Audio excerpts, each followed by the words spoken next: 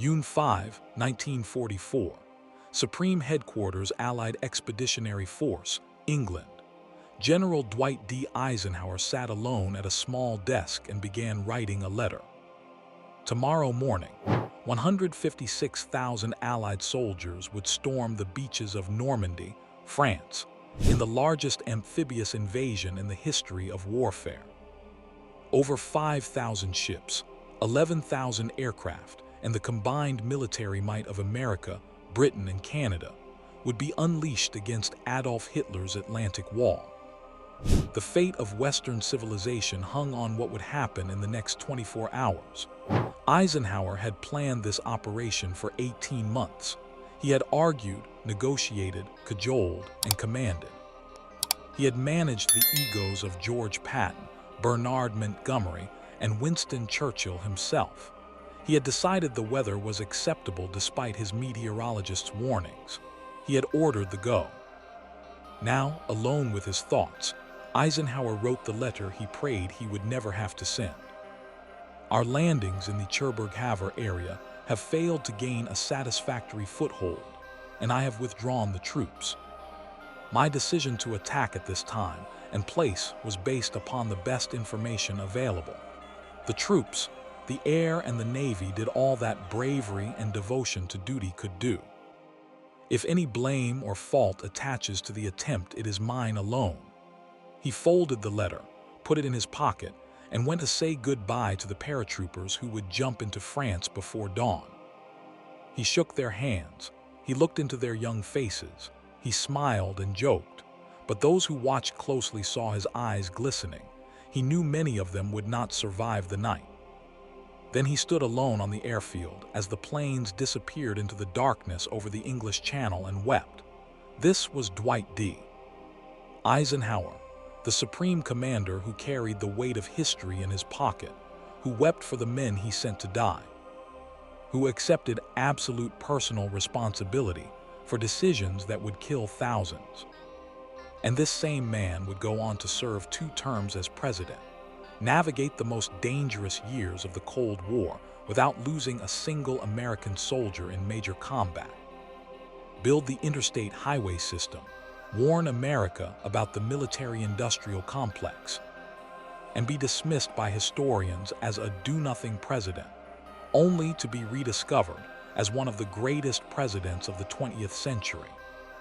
This is the story of Dwight D. Eisenhower, a story of Kansas poverty and global command, of military genius and political wisdom, of a man who hated war more than anyone precisely because he understood it better than anyone. This is not just the story of a general or a president.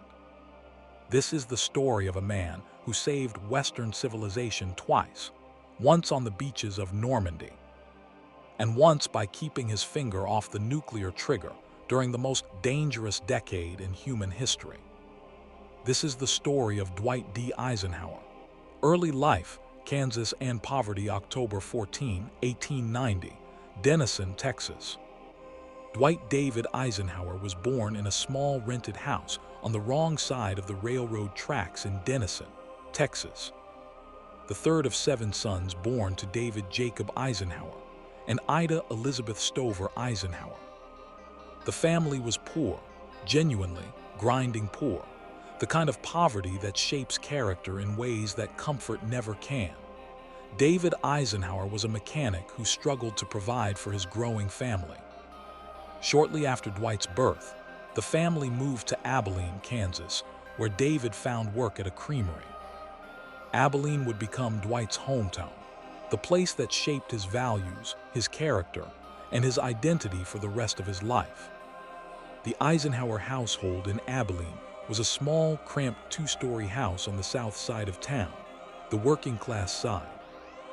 Dwight and his 6 brothers shared rooms, shared chores, and shared the strict religious discipline of their mother, Ida, who was a deeply devout member of the River Brethren faith. Ida Eisenhower was remarkable. She was gentle but absolutely firm, deeply intelligent, and possessed of an inner serenity that impressed everyone who met her. She read the Bible daily, played the piano, and raised 7 sons with almost no money and absolute consistency. When Dwight called Little Ike to distinguish him from his older brother Edgar, called Big Ike, was about 10 years old, he came home in tears after losing a card game to older boys. His mother comforted him, then gave him advice he remembered for the rest of his life. Dwight, he that conquereth his own soul is greater than he who taketh a city. It was a lesson in emotional control and inner strength that would define Eisenhower's leadership style. He learned early to suppress anger, control his emotions in public, and project calm confidence regardless of what he felt inside. The Eisenhower boys worked constantly. They maintained a large vegetable garden that supplied most of the family's food. They sold garden produce door to door. They did every form of manual labor available. Money was always scarce, but the Eisenhower household was never without dignity. Dwight was an outstanding athlete, particularly in football and baseball, but his most important quality was his competitive fire. He hated to lose at anything. Whether it was cards, sports, or academic competition, Eisenhower played to win with an intensity that surprised people who knew only his easy smile and cheerful manner. He was also an avid reader, particularly of military history. He devoured accounts of Caesar, Hannibal, Napoleon, and the Civil War generals. He had no idea he would ever be a soldier. He read military history the way other boys read adventure stories. Dwight graduated from Abilene High School in 1909. He had no money for college and no obvious path forward. Then a friend told him about the military academies, West Point and Annapolis. No tuition, free education, a career guaranteed. Dwight Eisenhower applied for both. He passed the entrance examination for both academies. He was too old for Annapolis, but just within the age limit for West Point. On June 14, 1911, Dwight Eisenhower entered the United States Military Academy at West Point. He was 20 years old, older than most of his classmates, bigger, stronger, and more mature. His real education was about to begin. West Point and early military career at West Point, Eisenhower was a middling student academically. He graduated 61st out of 164 in the class of 1915, but a standout athlete and natural leader. He was a promising running back on the Army football team, until a knee injury in 1912 ended his playing career and plunged him into a brief but serious depression. Football had been Eisenhower's passion and his path to recognition. Losing it was a genuine blow. But he recovered by channeling his competitive energy into other pursuits: horsemanship, gymnastics, and leadership within the Corps of Cadets. One statistic about the West Point class of 1915 would eventually be cited in military history books. It became known as the class the stars fell on. Of the 164 graduates, 59 eventually reached the rank of general. 2, Eisenhower and Omar Bradley, became 5-star generals. It was the most distinguished class in West Point history. Eisenhower graduated in 1915 and was commissioned as a second lieutenant in the infantry. He was posted to Fort Sam Houston in San Antonio, Texas. It was there, in October 1915, at a dinner party, that Second Lieutenant Dwight Eisenhower met Mamie Geneva Dowd, the vivacious 18-year-old daughter of a wealthy Denver businessman who was wintering in San Antonio. Mamie was charming, pretty, and completely different from Eisenhower in background. She had grown up in luxury, private schools, travel, beautiful clothes. He had grown up poor. She was city, he was country, but they were both immediately, completely smitten with each other. Eisenhower pursued Mamie with single-minded determination. He showed up at her parents' house repeatedly, invited himself along on family outings, and made his intentions absolutely clear. Mamie was delighted. On Valentine's Day, 1916, Dwight Eisenhower gave Mamie a miniature of his West Point ring, the traditional military sign of serious courtship. On July 1, 1916, Dwight and Mamie were married in her parents' home in Denver. She was 19, he was 25. Their marriage would last 53 years, through separations that totaled most of World War II, through the death of their first son, through the strains of public life, and through Eisenhower's much later acknowledged relationship with his wartime driver Kay Summersby, which caused pain neither of them ever fully discussed publicly. When America entered World War I in 1917, Eisenhower desperately wanted to go to France and fight. Instead, the Army assigned him to train troops at Camp Colt in Gettysburg, Pennsylvania, recognizing his extraordinary organizational and leadership abilities. Eisenhower trained thousands of soldiers in the new science of tank warfare. He was brilliant at it. The war ended before he could go overseas, leaving him frustrated. He was a soldier who had missed the war. It was a frustration that would drive him for the next 25 years. The long preparation from 1919 to 1941, Eisenhower served in the peacetime army. 2 decades of slow promotion, tight budgets, bureaucratic frustration, and endless preparation for a war everyone hoped would never come. These years were defined by 2 relationships that would prove crucial to his eventual greatness. The first was with General Fox Connor, a brilliant strategist who took Eisenhower under his wing in Panama from 1921 to 1924. Connor recognized in Eisenhower something exceptional, not just military competence, but the intellectual capacity and emotional stability to command at the highest levels. Connor assigned Eisenhower a reading program of military history and strategy, hundreds of books, discussed in detail during long rides through the Panamanian jungle. He taught Eisenhower the theory of coalition warfare, the importance of logistics, and the political dimensions of military command. In the years ahead, Connor told Eisenhower, we will have to fight alongside allies. You will have to learn to manage men who are not under your direct command. It was prophecy. Everything Connor taught Eisenhower proved essential 20 years later in Europe. The second defining relationship was with General Douglas MacArthur, for whom Eisenhower served as a staff officer from 1930 to 1939. The relationship was difficult. MacArthur was brilliant but vain, imperious, and theatrical, everything Eisenhower was not. MacArthur called Eisenhower the best officer in the Army. Eisenhower called MacArthur the most fascinating man I ever knew, but also in private. A supreme egotist who never smiled. Serving under MacArthur taught Eisenhower what not to do, how the pursuit of personal glory and the inability to subordinate ego to mission could compromise military effectiveness. During these years, Eisenhower also suffered the greatest personal tragedy of his life. His first son, Dwight "Icky" Eisenhower, born in 1917, died of scarlet fever on January 2, 1921, at age 3. Eisenhower and Mamie were devastated. They never fully recovered from Icky's death. This was the greatest disappointment and disaster in my life, Eisenhower wrote decades later.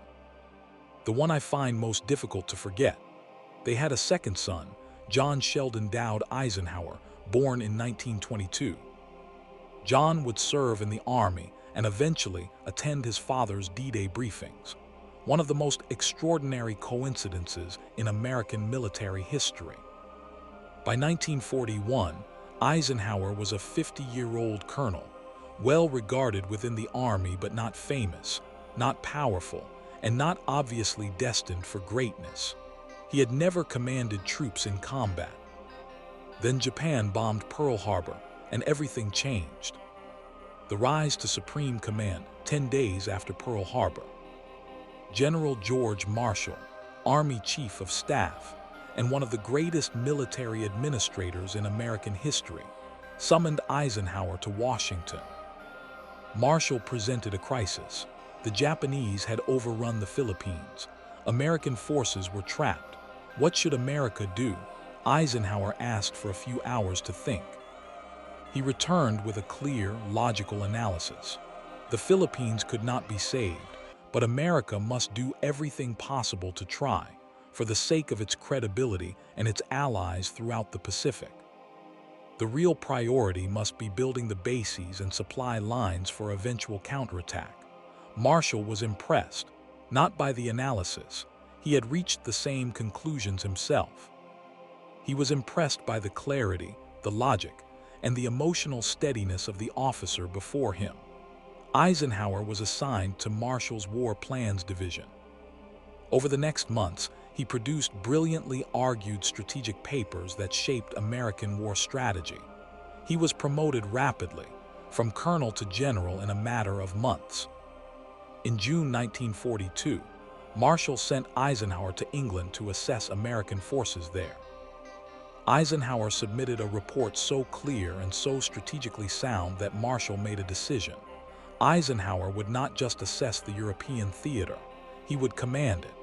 On June 25, 1942, Dwight D. Eisenhower was named Commanding General, European Theater of Operations. He had never commanded troops in combat. He was competing for this position against officers who had spent years in the field. He was relatively unknown outside the Army. His appointment shocked the military establishment. George Patton, who had been commanding troops in the field for years, was furious. British generals were skeptical. The press barely knew his name.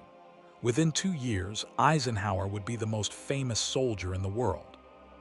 North Africa, Italy, and the learning curve Eisenhower's first combat command, Operation Torch. The Allied invasion of North Africa in November 1942 was a mixed success. The initial landing succeeded, but Eisenhower made serious mistakes in his first months. He allowed subordinates too much independence, failed to coordinate properly, and made political decisions that infuriated many allies, particularly his temporary accommodation of Vichy French Admiral François Darlan, whose collaboration with the Nazis made him deeply controversial. Most damagingly, at the Battle of Kasserine Pass in February 1943, German forces under Erwin Rommel drove American troops into humiliating retreat. It was the first major test of American arms against the Germans, and it revealed serious deficiencies in training, leadership, and coordination. Eisenhower responded with characteristic decisiveness. He fired incompetent commanders, reorganized his forces, improved training, and learned from his mistakes. He brought in George Patton to restore fighting spirit to the American II Corps. The North Africa campaign ended in Allied victory in May 1943, 250,000 German and Italian soldiers captured. Then came Sicily, then mainland Italy. Throughout these campaigns, Eisenhower developed and refined the skills that would make him supreme commander in Europe. Managing the enormous egos and competing national interests of Allied commanders, maintaining cooperation between Americans, British, Canadians, and other nationalities, translating political decisions into military operations, and maintaining his own emotional stability under crushing pressure. He also learned an essential lesson. Coalition warfare requires constant diplomatic management.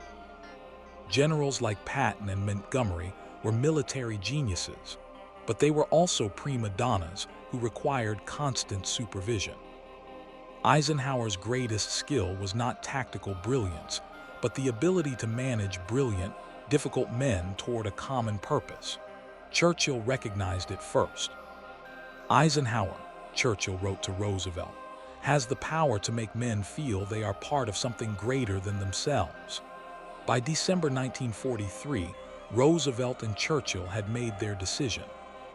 The Supreme Commander of Operation Overlord, The cross-channel invasion of France that would decide the fate of the war would be Dwight D. Eisenhower. D-Day and the liberation of Europe for 6 months, from January to June 1944, Eisenhower planned, organized, and commanded the most complex military operation in history. Operation Overlord required coordinating the armies, navies, and air forces of multiple nations, over 3 million soldiers, sailors, and airmen, for a single massive assault on the most heavily defended coastline in history. Eisenhower made thousands of decisions during those 6 months. He settled arguments between Patton and Montgomery. He navigated Churchill's constant interference. He resolved disputes between the American and British high commands about strategy, priorities, and resources. He made one decision that demonstrated extraordinary moral courage. He insisted on using airborne troops in the invasion, despite predictions from his air commander that they would suffer 70–80% casualties. He believed the paratroopers were essential to the plan's success, and he was willing to accept the responsibility for their potential deaths. He also made the most consequential weather decision in military history. On June 4, 1944, with the invasion fleet at sea, Eisenhower's chief meteorologist reported that weather conditions were deteriorating. The sea was too rough. Visibility too poor for the invasion to proceed on June 5 as planned.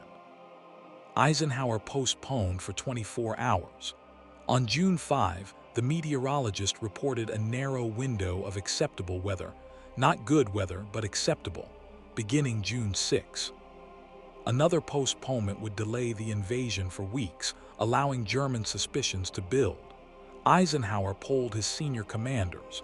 Montgomery said go. Ramsay hedged. Lee Mallory remained concerned about air conditions. The decision was Eisenhower's alone. He looked out the window at the rain and wind for a long moment, then said quietly, "Okay, we'll go." In the early hours of June 6, 1944, the greatest military operation in history began. It nearly failed. At Omaha Beach, the most heavily defended landing sector, American troops were slaughtered as they came ashore. The preliminary bombardment had largely missed the German defenses. Landing craft hit obstacles and mines. Men were cut down in the water before they could reach the beach. For hours, the outcome at Omaha hung in the balance. Small groups of American soldiers, through individual courage, initiative, and desperation, found gaps in the German defenses and began climbing the bluffs. Slowly, against savage resistance, they secured the beach. By nightfall on June 6, 1944, 156,000 Allied troops were ashore in Normandy. The invasion had succeeded, but at terrible cost. Approximately 10,000 Allied soldiers were killed, wounded, or missing on D-Day. Eisenhower had kept his failure letter in his pocket all day. He never had to send it. From June to August 1944, Allied forces broke out of Normandy and swept across France. Paris was liberated on August 25, 1944. Belgium and much of the Netherlands followed. Germany launched one final desperate counteroffensive in December 1944, the Battle of the Bulge, which briefly penetrated Allied lines and created panic at headquarters. But Eisenhower remained calm when others panicked, ordered counterattacks, and by January 1945 the German offensive had collapsed. On May 8, 1945, Germany surrendered unconditionally. World War II in Europe was over. Dwight Eisenhower, the Kansas farm boy who had never commanded troops in combat 4 years earlier, had conquered Hitler's Europe. He was the most famous man in the world. Post-war years and the political call, the years between the end of World War II and Eisenhower's presidential campaign, were years of enormous prestige and genuine uncertainty about his future. He returned to America as the supreme hero of the war, more celebrated than any American since Ulysses S. Grant after the Civil War. He rode in triumphant parades through New York City, Washington, and his hometown of Abilene, Kansas. Crowds went wild. Both political parties wanted Eisenhower for president. Democratic Party bosses, aware that Harry Truman was deeply unpopular, approached Eisenhower about running as the Democratic nominee in 1948. Republicans were equally eager. Eisenhower declined both approaches, saying he didn't believe military officers should involve themselves in partisan politics. From 1945 to 1948, Eisenhower served as Army Chief of Staff, managing the demobilization of the enormous wartime military. Then he became president of Columbia University in 1948, a position he found intellectually interesting but administratively frustrating. In December 1950, at President Truman's request, Eisenhower returned to military command as Supreme Commander of NATO, the newly formed alliance he helped build. He spent 2 years in Europe building NATO into an effective military organization capable of deterring Soviet aggression. By 1952, Republican Party leaders were desperate. They had lost 5 consecutive presidential elections. Their leading candidate, Ohio Senator Robert Taft, a principled but uninspiring conservative, seemed likely to lose again. They needed a winner. They needed Eisenhower. The pressure on Eisenhower to run was enormous. His friend Lucius Clay, Republican business leaders, and eventually Eisenhower's own sense of duty combined to convince him. America needed him. He could not refuse.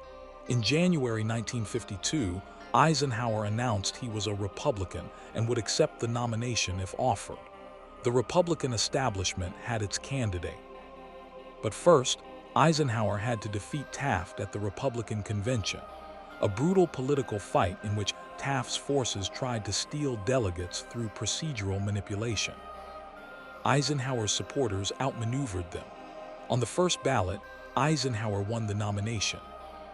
He chose young California Senator Richard Nixon as his running mate, a controversial choice that would define American politics for the next quarter century. Against Democrat Adlai Stevenson, Eisenhower won in a landslide, 442 electoral votes to 89. He won 55% of the popular vote. After 20 years of Democratic presidents, America's most beloved general was coming to the White House. The presidency, the hidden hand on January 20, 1953, Dwight D. Eisenhower was inaugurated as the 34th President of the United States. He was 62 years old, one of the oldest presidents to take office at the time, and apparently the most popular. What happened over the next 8 years would confuse, frustrate, and eventually astonish historians. Eisenhower did not govern the way presidents were supposed to govern. He seemed, to many observers, passive, disengaged, and obsessed with golf. He delegated extensively to his cabinet and staff. He rarely made dramatic public statements about the issues of the day. He avoided direct confrontation. Washington insiders and newspaper columnists mocked him as intellectually lazy, politically naive, and unable to control events. Critics compared him unfavorably to the dynamic FDR and the decisive Truman. They were completely wrong. Decades after Eisenhower's presidency, historians gained access to classified records and private correspondence that revealed the truth. Eisenhower was running the most sophisticated, strategically coordinated presidency in modern American history. What political scientist Fred Greenstein called the hidden hand presidency. Eisenhower appeared passive in public while actively directing events from behind the scenes, maintaining his popularity and his freedom of action by keeping his fingerprints off controversial decisions. Eisenhower had studied Napoleon, Caesar, and every great commander in history. He understood power. He understood that the appearance of effortless calm was itself a form of power, and that a president who seemed perpetually in crisis gave his enemies opportunities to exploit. "I'll tell you what leadership is," Eisenhower once said privately. "It's persuasion and conciliation and patience and persistence. It's the long, slow, tough job of getting people to work together toward common goals." Ending Korea and containing the Soviets. Eisenhower's first foreign policy priority was ending the Korean War. He had campaigned partly on a promise to go to Korea personally, which he did as president-elect in December 1952, and to bring the war to an honorable conclusion. Through a combination of armistice negotiations and subtle nuclear threats, Eisenhower allowed it to be known that he was considering using nuclear weapons if the talks failed. An armistice was signed. On July 27, 1953, ending active combat in Korea. It was Eisenhower's first major foreign policy achievement, ending a war that had been grinding for 3 years and costing American lives monthly. But the Korean armistice was only the beginning of Eisenhower's Cold War management. The new look. Eisenhower fundamentally restructured American defense strategy in what he called the New Look, a strategy that relied on nuclear deterrence and air power rather than expensive conventional forces. The logic was economic and strategic. America could not afford to maintain a massive standing army indefinitely without bankrupting itself. Nuclear weapons, cheap per unit of destructive power, could deter Soviet conventional aggression at a fraction of the cost. Strategic air power could threaten Soviet heartland. The new look was controversial. Critics argued it left America unable to respond to Soviet aggression short of nuclear war. But it kept defense spending within economic limits while maintaining deterrence. The Hungarian Revolution and Suez Crisis, 1956. In October 1956, two simultaneous crises tested Eisenhower's leadership. Hungarian freedom fighters rose against Soviet domination, and thousands were killed when Soviet tanks crushed the rebellion. America, which had been broadcasting Radio Free Europe, encouraging Eastern European resistance, did nothing militarily.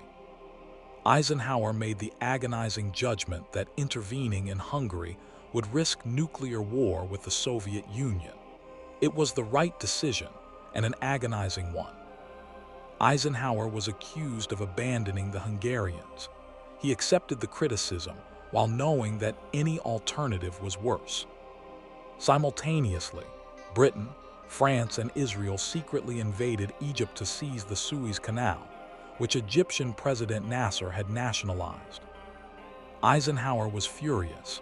He had not been consulted, and the invasion threatened to destroy Arab goodwill and push Egypt toward the Soviets.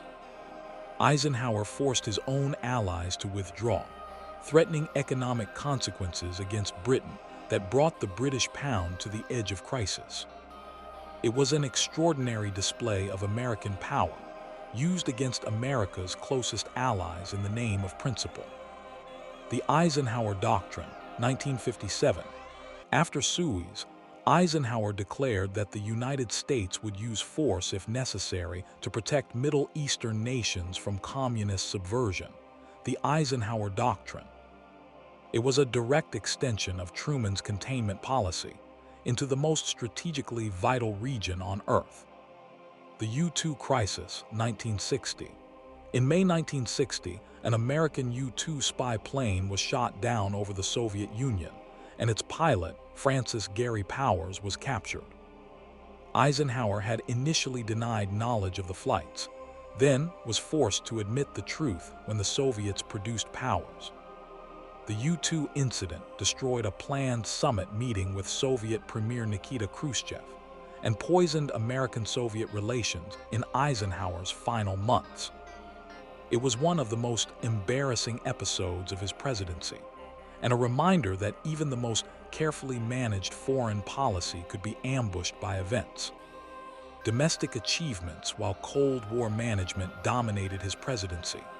Eisenhower also accumulated a remarkable domestic record that historians long undervalue. The interstate highway system. In 1956, Eisenhower signed the Federal Aid Highway Act, creating the interstate highway system, 41,000 miles of limited access, highways connecting the entire continental United States. It was the largest public works project in American history. Eisenhower, who had experienced the German Autobahn during World War II, and who had participated in the Army's 1919 Transcontinental Motor Convoy as a young officer, understood both the military value of rapid troop movement and the economic value of efficient transportation. The interstate highway system transformed American commerce, culture, and geography. It enabled the growth of suburbs, the trucking industry, and the national market economy. It was Eisenhower's most tangible domestic legacy, the physical infrastructure that still underlies American economic life today. Civil rights. Eisenhower's civil rights record was complicated and has been extensively debated. In 1954, the Supreme Court ruled in Brown v. Board of Education that school segregation was unconstitutional. Eisenhower privately believed the decision had been made prematurely and would cause enormous resistance. He never publicly endorsed the ruling. But when Arkansas Governor Orville Faubus defied a federal court order to desegregate Little Rock's Central High School in 1957, surrounding the school with National Guard troops to prevent 9 black students from entering, Eisenhower acted decisively. He sent 1,000 soldiers of the 101st Airborne Division to Little Rock to enforce the court order. It was the first time since Reconstruction that a president had used federal troops to protect black Americans' constitutional rights. Eisenhower also signed the Civil Rights Acts of 1957 and 1960, weak by later standards, but the first federal civil rights legislation since Reconstruction. His record was inconsistent. He never spoke with passion about racial equality as a moral imperative, and his private comments about the Supreme Court decision were less than supportive. But he enforced the law, used federal power to protect black Americans when challenged, and signed civil rights legislation. McCarthy and the Red Scare. One of the most debated episodes of Eisenhower's presidency is his handling of Senator Joseph McCarthy's anti-communist crusade. McCarthy was destroying careers and terrorizing the government with wild accusations of communist infiltration. Many expected Eisenhower to confront him directly. Eisenhower refused. He said privately that he would not get into the gutter with McCarthy. He worked behind the scenes to limit McCarthy's influence and undermine his credibility, but never in public. Critics argued Eisenhower's silence enabled McCarthy longer than necessary. Supporters argued that direct presidential confrontation would have made McCarthy a martyr and prolonged the hysteria. McCarthy ultimately destroyed himself through his own overreach, particularly in the Army-McCarthy hearings of 1954. Eisenhower, working quietly behind the scenes, facilitated that destruction. McCarthy was censured by the Senate in December 1954 and died a broken man in 1957. The farewell address on January 17, 1961, 3 days before leaving office, Dwight Eisenhower delivered the most prophetic farewell address since George Washington's. He warned about 2 threats to American democracy. First, the military-industrial complex, the dangerous relationship between the Defense Department, defense contractors, and the defense research establishment that could distort national priorities toward permanent militarism. In the councils of government, we must guard against the acquisition of unwarranted influence, whether sought or unsought, by the military-industrial complex. The potential for the disastrous rise of misplaced power exists and will persist. Second, he warned about the domination of universities by federal research funding, what he called the scientific technological elite, that might come to dominate public policy in ways unaccountable to democratic control. These warnings were extraordinary, coming from a five-star general who had spent his life in the military. They were the words of a man who understood power from the inside, who knew how the military-industrial complex worked because he had worked within it. The farewell address is considered one of the greatest speeches in American presidential history. Its warnings proved prophetic. Every subsequent president has struggled with exactly the problems Eisenhower identified.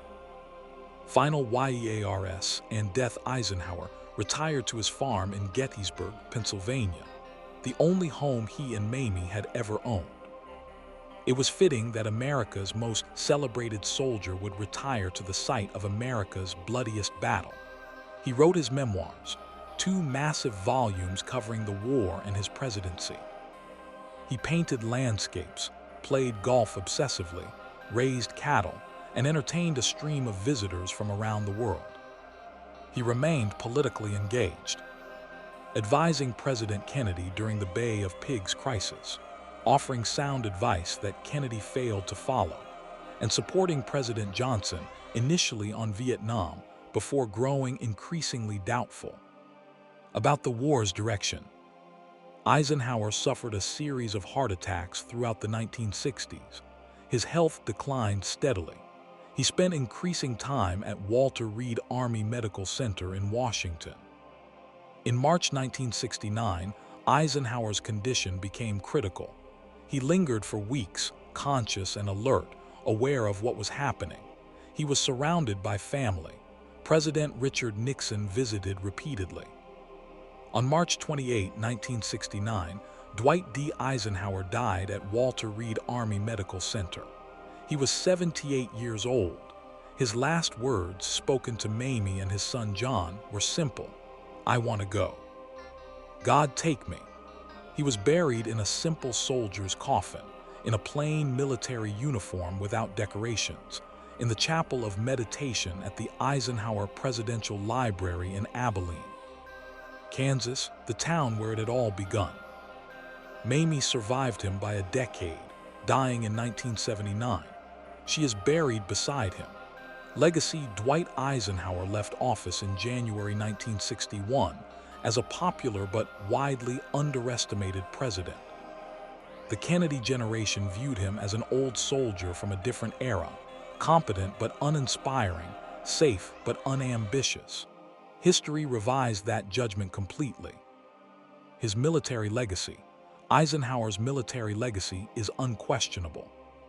The supreme commander of D-Day, the liberator of Western Europe, the general who managed the most complex coalition in military history. These achievements place him among the greatest military commanders in American history. But perhaps his greatest military achievement was what he did not do. He did not allow his military experience to make him militaristic. He ended Korea.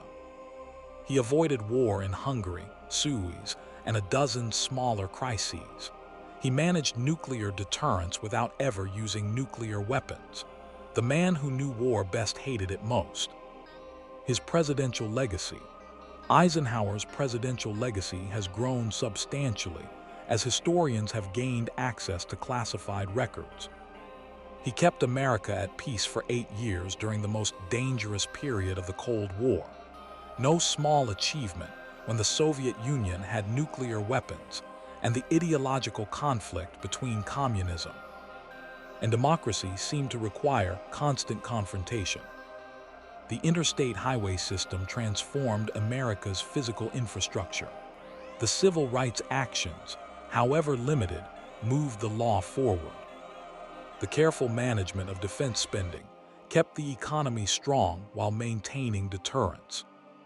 Most importantly, Eisenhower's warning about the military-industrial complex demonstrated that the greatest soldier of his generation understood that militarism was a danger to democracy, and said so publicly on his way out the door. The Eisenhower paradox. Eisenhower was both a great general and a man who hated war. He was both a cold warrior and a man who understood that nuclear war would end civilization. He was both a conservative Republican and a man who accepted the New Deal and refused to dismantle the regulatory state. He was popular in his time and underestimated by historians. Then he was rediscovered as one of the most strategically sophisticated presidents of the 20th century. Eisenhower once said, "I hate war as only a soldier who has lived it can, only as one who has seen its brutality, its futility, its stupidity." He spent 35 years as a soldier learning war. He spent 8 years as president preventing it. That is his greatest legacy, not what he did, but what he prevented. Not the wars he fought, but the war he avoided. This is the legacy of Dwight D. Eisenhower, the supreme commander who wept for his soldiers, the president who warned about the military he had commanded, the general who kept the nuclear peace during the most dangerous decade in human history, the Kansas farm boy who conquered Europe, and then, quietly, wisely, and without drama, kept the world from destroying itself. This is the story of Dwight D. Eisenhower,